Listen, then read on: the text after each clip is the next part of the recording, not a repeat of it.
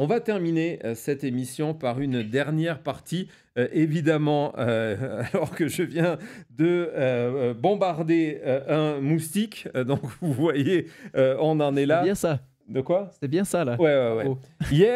Hier, on va revenir hier sur les. Je crois que c'était au début, c'était une question du chat sur les risques que ça représentait pour le territoire américain.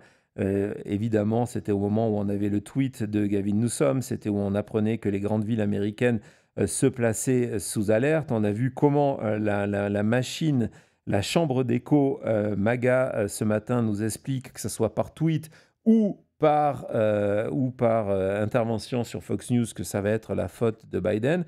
Et je vous disais que je vous parlais d'une interview qui a été faite sur l'émission de Bill Maher il y a 2 jours de Paul Begala, qui est un spécialiste de la politique américaine depuis 30 ou 40 ans, et qui disait que sa crainte, c'était qu'en fait, on allait gagner la première partie de cette guerre-là. Lorsqu'il fallait bombarder, il n'y avait personne, aucun pays, et surtout pas l'Iran, qui pouvait arrêter cette puissance militaire américaine. Mais il disait ce qui lui inquiétait était la deuxième partie. Je vous racontais comment j'avais fait ce travail d'enquête pour l'un des investigations et 90 minutes donc sur Canal+, après le 11 septembre, où on avait remarqué qu'avec l'élection de Bush en 2000, il y avait eu une volonté politique de se dire le prochain conflit, le prochain risque, c'est la Chine. Et donc, on avait laissé tomber, alors qu'il y avait déjà eu 2 incidents majeurs qui étaient l'attaque d'un navire de guerre américain, le USS Cole, et le premier, on oublie souvent, le premier attentat terroriste contre le World Trade Center. Il y en a eu un, il y avait eu une explosion dans le parking du World Trade Center. On a laissé tomber, pas entièrement, mais presque, tout ce qui était surveillance du terrorisme islamiste, et on a fait ce tournant vers la Chine et vers toute la technologie, alors que le terrorisme islamiste était quelque chose qui nécessitait une présence sur le terrain, donc avec du monde qui était là et pas forcément de la surveillance électronique, parce que les moyens de communication, par exemple, étaient encore volontairement souvent, pour échapper à la surveillance d'ailleurs électronique, étaient rudimentaires. Et donc, ces choix de Bush en 2020 avaient affaibli les États-Unis et avaient permis que l'opération du 11 septembre a été conçue sur le territoire américain. Ça a mis des mois pour préparer tout ça sur le territoire américain, en passant complètement à travers les mailles du filet. Et donc, Paul Begala disait il y a 2 ou 3 jours, et je le rejoins dans son analyse, qu'il craignait que la deuxième partie soit vraiment problématique pour les États-Unis, en disant donc, on va gagner cette première partie, mais la deuxième, c'est ce qui va se passer sur le territoire américain. Et il disait, ce qui m'inquiète, c'est qu'aujourd'hui, pour satisfaire un agenda politique, pour satisfaire les chiffres exigés par Stephen Miller de ces 3000 arrestations par jour d'étrangers, avec ou sans d'ailleurs, on n'est plus dans des criminels avec un casier judiciaire, donc on arrête 3000 personnes. Le fait que Donald Trump ait décidé que ça soit sa politique étendard, le fait que pour arriver à ces objectifs-là, la grande totalité des ressources de sécurité sur le territoire américain soit concentrée sur la chasse à l'étranger, et on le voit, on vous montre les images toutes les semaines, on voit qu'il y a la garde nationale à Los Angeles, que Donald Trump a dit que c'était quelque chose qu'il souhaitait étendre à des villes comme New York, Chicago et compagnie. On voit que l'armée, évidemment, il y a les 700 Marines, mais ça ne s'arrête pas là, mais l'armée est utilisée désormais en partie pour assurer la sécurité au niveau de la frontière dans plusieurs États, comme l'Arizona, que tout ça, ça prend des ressources et ça les met sur autre chose, que sur le terrain, on voit le Department of Homeland Security, donc le DHS, via ICE. Je vous rappelle que le DHS a été créé après le 11 septembre parce que justement, on s'est dit il faut une agence pour chapeauter ça parce qu'on n'a pas vu monter tout ça. Donc, le but essentiel de cette agence-là était d'abord d'empêcher qu'un autre acte terroriste soit commis sur le sol américain. Aujourd'hui, cette agence, et on le voit, ils n'ont pas assez de personnel, ils n'ont plus de budget, le budget a été dépassé, le budget pour toute l'année 2024 est déjà dépassé de plus de 1 milliard de dollars parce que cette agence, aujourd'hui, fait la chasse uniquement aux étrangers. Les employés des douanes, le FBI, qui a été recruté pour faire ce travail sur le terrain, l'IRS, les impôts, alors que l'aspect financier d'une opération terroriste souvent est traqué par les impôts pour traquer ces transferts d'argent ou de crypto-monnaies. Et puis, ce phénomène auquel on est en train d'assister, c'est que pour arriver à cet objectif,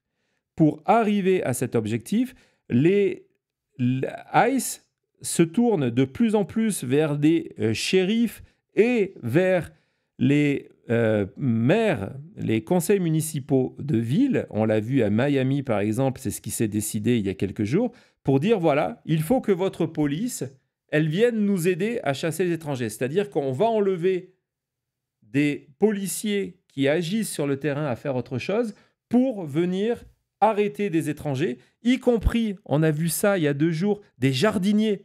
On a vu en Californie il y a 2 jours, ICE arriver, ICE accompagné d'autres agences, et chasser des jardiniers qui étaient en train de tondre des pelouses parce que c'était des étrangers. Et donc, on utilise toutes les ressources vers ça.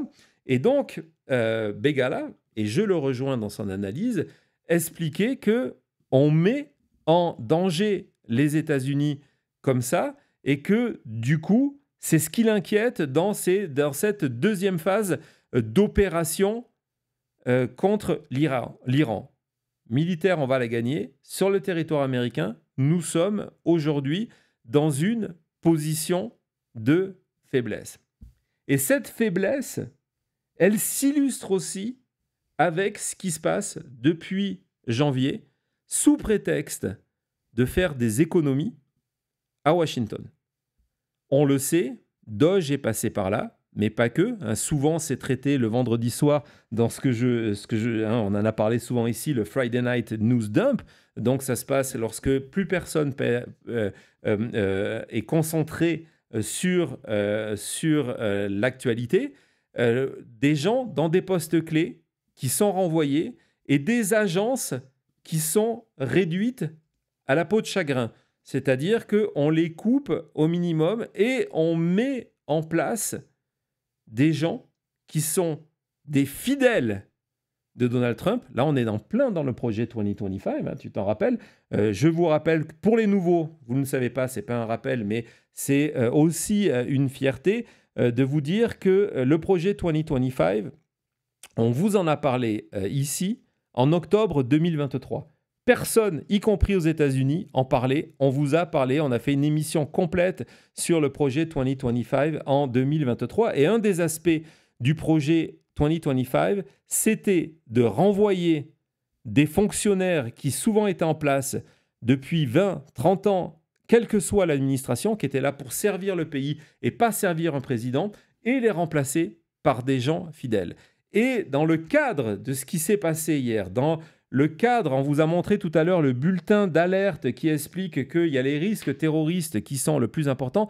Il n'y a pas une histoire qui illustre plus cette situation complètement folle que l'histoire de Thomas Fugari. Et pour commencer l'histoire de Thomas Fugari, je vais vous mettre en avant, vas-y Thomas, ce tweet qui a été publié aujourd'hui par Chris Murphy, qui est un élu démocrate, et qui donc explique que notre nation maintenant est sous risque d'une attaque terroriste et que voici la personne choisie par Donald Trump pour être en charge d'une agence qui s'occupe de la prévention du terrorisme. Et donc, il présente Thomas Fugari, 22 ans, dont l'expérience, on va aller voir ça, c'est d'avoir fait du jardinage et d'avoir travaillé dans un supermarché, entre autres comme caissier, et que c'est quelqu'un qui n'a jamais travaillé dans le contre-terrorisme, mais c'est lui que Trump a mis en place parce que c'est un fidèle. Je vais vous expliquer, d'après moi, pourquoi il a été mis en place. Les informations de Chris Murphy sont vraies. Je sais qu'il y a eu un petit peu d'écho et je suis très heureux parce que c'est un média dont je vous parle très souvent, que je soutiens financièrement. Ces informations-là sont sorties en premier sur un site que je vous invite à aller voir, à aller lire et à aller suivre. Et si vous pouvez le soutenir, tant mieux, qui s'appelle ProPublica. ProPublica. Donc ProPublica, il y a quelques jours, on va voir le titre, a sorti ce scoop-là. Et pourquoi ils ont sorti le scoop? Ils racontent dans l'article The Intern in Charge, donc le stagiaire en charge. Ils ont sorti cet article, donc Anna Afam a sorti cet article le 4 juin dernier. Elle explique parce qu'elle a été alertée par l'intérieur de gens qui travaillent dans ce groupe-là en disant « Regardez qui vient d'être mis en charge de cet organisme de prévention du terrorisme ». C'est ce jeune de 22 ans sans aucune expertise en termes de sécurité nationale.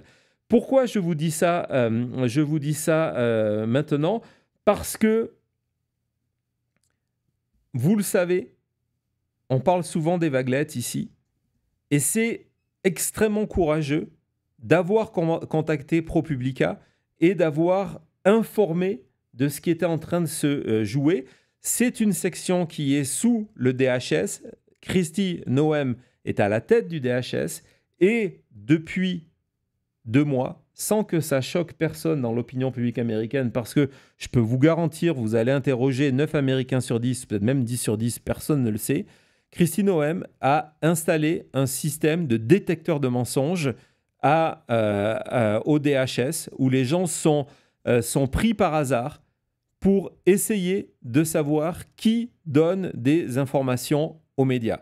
Donc, il y a un vrai risque d'être attrapé par le DHS qui espionne ses employés actuellement, qui les interroge pour savoir s'ils communiquent avec le média. Et il y a des vaguelettes. Même vu cette vidéo où Kristi Noem avait publié pour faire peur à ces gens-là une vidéo en mode selfie où elle expliquait que voilà, elle avait déjà attrapé des gens et qu'elle allait poursuivre au fullest extent, au maximum de la loi. Et c'est quelque chose qui ne s'est jamais passé. Non. Évidemment. Donc oui, mais donc dans cette ambiance-là, c'est sûr que c'est un geste de vaguelette d'aller contacter un média en expliquant j'ai des soucis énormes par rapport à ça. Exactement. Et donc, il y a des vaguelettes qui ont fait ça. Merci à ces vaguelettes. Bravo, c'est un acte de résistance. Et donc, l'article de ProPublica, ils ont enquêté sur ce jeune homme de 22 ans qui vient de sortir il y a moins d'1 an de l'université.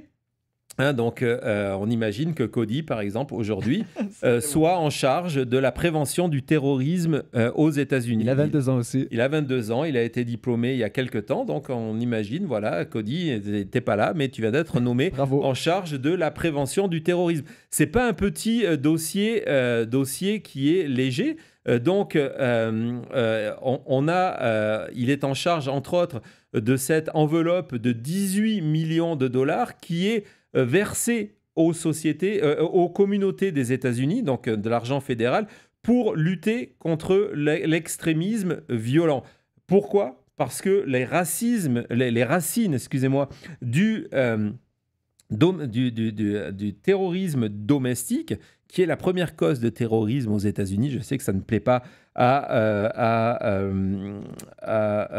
Elon Musk que sa propre application le dise, mais c'est le cas. Le premier danger de terrorisme aux États-Unis, c'est du terrorisme de l'intérieur, du terrorisme domestique, de l'extrême droite. Et donc, on donne de l'argent de Washington à ces communautés pour qu'elles fassent du travail sur le terrain pour empêcher l'éclosion de cette forme de terrorisme. Alors, il a une partie intéressante, au-delà du fait qu'il n'a aucun diplôme, aucune expérience, et qu'il n'aurait jamais eu, au-delà de cela, c'est ce que dit une personne qui travaille pour ce groupe-là, non seulement il n'aurait jamais dû être le chef, mais il n'aurait jamais été même engagé comme étant un membre junior de ce groupe-là, parce qu'il n'a aucune expérience sur le sujet. Il est fidèle à Donald Trump, et puis il a une autre qualité. Regardez la qualité. C'est quelqu'un qui a fait un stage à The Heritage Foundation. Et quand on utilise le terme de stage, ça veut dire quoi? Retournez à notre émission du mois d'octobre 2023, où je vous expliquais que, en étant en d'octobre 2023, que The Heritage Foundation avait lancé, au moment où je vous parlais en octobre 2023, un programme de stage pour former ces nouveaux employés qui ne prêtent plus serment à la Constitution, mais prêtent serment à Donald Trump. Donc, on est en plein dans ça. J'ai quelques illustrations de son parcours. Je vais vous montrer comment effectivement Thomas Fugate n'a absolument aucune expérience de tout ça. Donc, on voit qu'il écrit ça sur son compte Instagram. On va voir que depuis tout ça, il a fermé son compte Instagram et il a fermé son compte Twitter parce que on va y venir quand on va avancer dans les documents. Je vais vous donner quelques informations qui vont vous faire soit sourire, soit rouler les yeux, ou les deux. Donc, il explique qu'il y a 9 ans, lorsqu'il avait 13 ans, il a vu l'espoir dans Donald Trump. Et c'est le profil, au-delà du fait que c'est complètement fou, c'est le profil de gens qui intéressent Donald Trump aujourd'hui, et la Heritage Foundation, et le projet 2025. C'est des gens qui sont endoctrinés depuis leur adolescence, 13 ans. C'est pour ça qu'il faut être vigilant sur ce que font vos enfants, vos adolescents, les fréquentations, les réseaux sociaux, les jeux vidéo, etc., etc.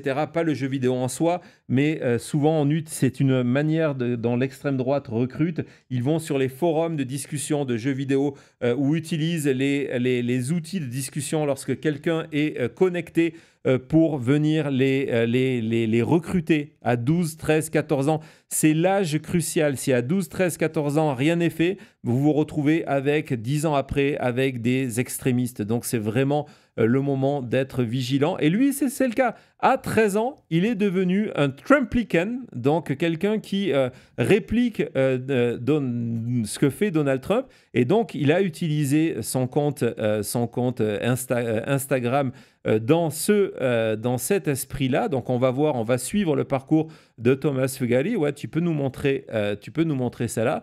Donc, vous voyez avec l'affiche Trump, avec la casquette Trump 2020. Donc, nous sommes en plein moment de la campagne. Du coup, il devient... oui, ça là, la dernière, c'est très bien. Voyage de classe à Washington.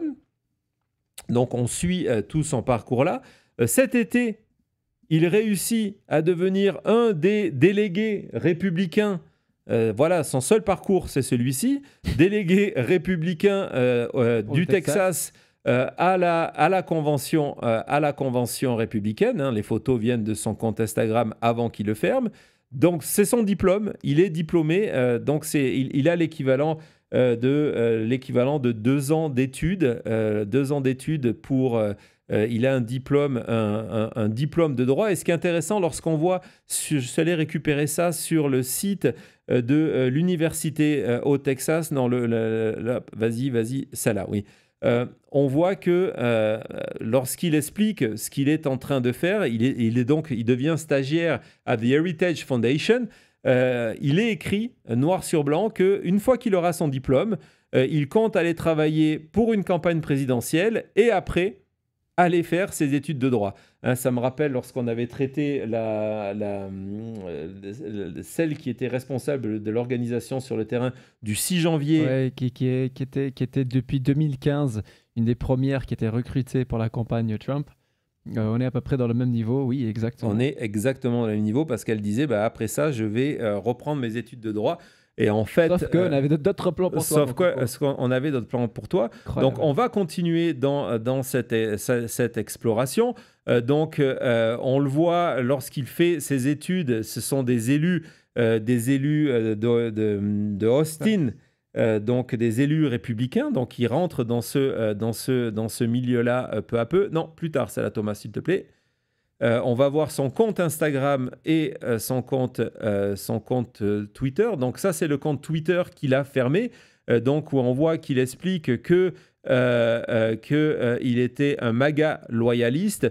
Et l'essentiel de son compte Twitter, et c'est sûrement ça pour ça qu'il a fermé, c'était de présenter sa collection de Lego. Et d'expliquer que c'était un fan de Star Wars, comme Cody, je sais. Non, c'est vrai, c'est vrai. Et donc, c'est quelqu'un qui, il y a 2 ans, mettait en avant sa collection de Lego et qui, aujourd'hui, est en charge d'un organisme pour prévenir le terrorisme aux États-Unis. On va continuer. Là, c'est son compte maintenant Instagram qu'il a. Non, ça, c'est son compte Twitter. Donc, l'autre, c'était le compte Instagram. Je me suis trompé. Donc, qu'il a fermé depuis ces révélations-là. Donc, ça, c'est une photo de sa page Instagram avant qu'il la ferme. Donc, il est devenu, ces derniers mois, comment il s'est fait remarquer par Donald Trump. Il accompagnait, c'était quelqu'un qui on appelle un advance man, qui aidait à organiser les meetings de campagne de Donald Trump. Et apparemment, après son stage à la Heritage Foundation, ça a été le fait qu'on se disait, ouais, tiens, toi, mon gars, tu seras très, très bien en charge de la prévention du terrorisme. Son expérience professionnelle, ça vient de sa page LinkedIn, son expérience professionnelle avant, il a eu un boulot quand même. Qu'est-ce qui met ça en avant? Ce n'est pas un faux. Je suis allé voir pendant 2 mois. Je suis allé voir mes voisins et je suis allé leur proposer de tondre la pelouse, de tailler les... Non mais qu'est-ce que c'est que ça, quoi? Et en plus, à la fin, il met... Et après, en plus, après avoir fait tout ce travail, il fallait nettoyer. Il fallait nettoyer.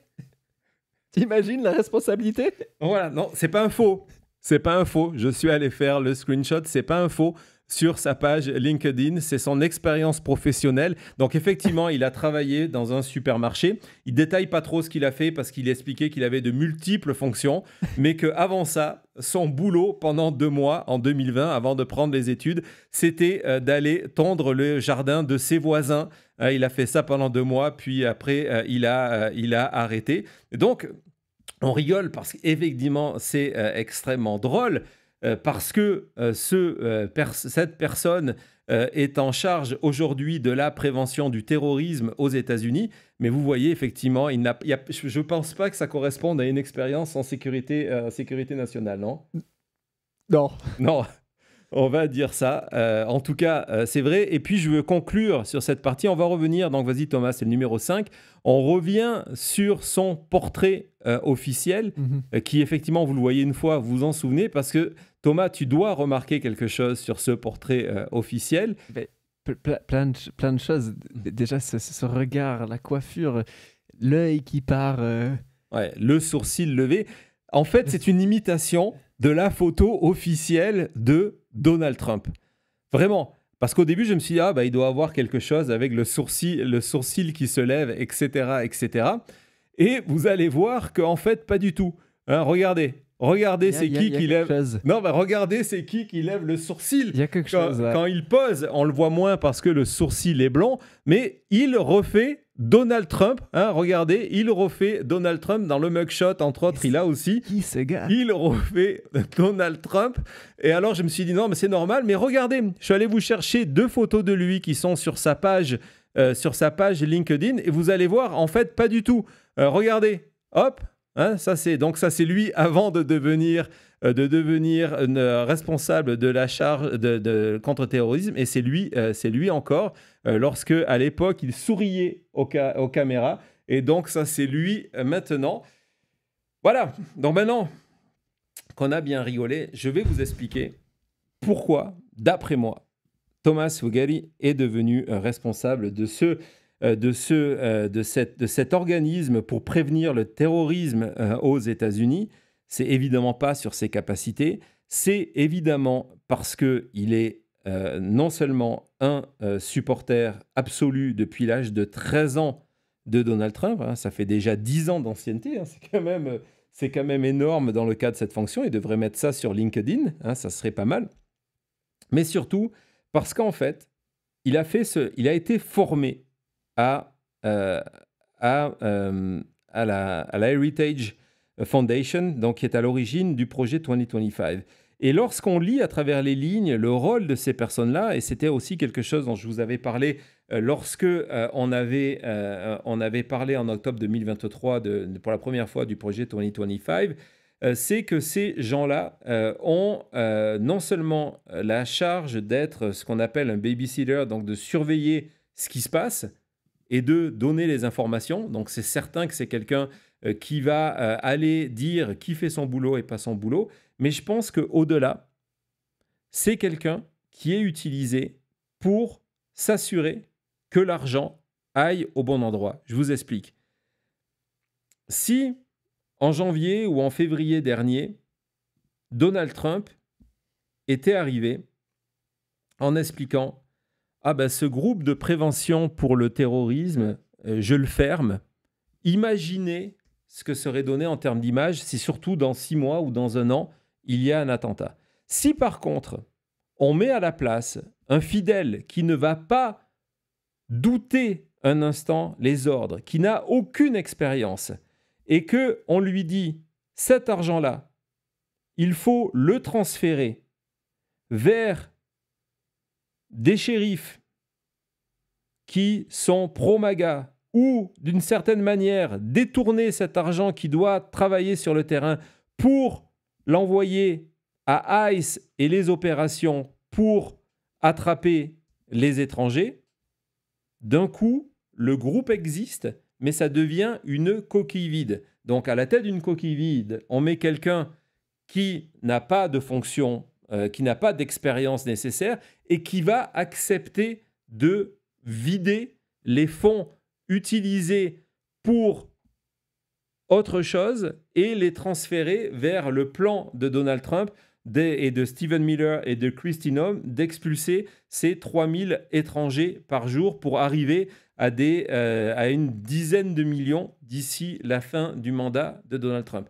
Et je pense que c'est la fonction de Thomas Fugeri et c'est pour ça que ce jeune de 22 ans dont l'expérience était d'aller tondre la pelouse de ses voisins et de ramasser les débris se retrouve aujourd'hui en charge de la prévention contre le terrorisme aux États-Unis. À tout de suite.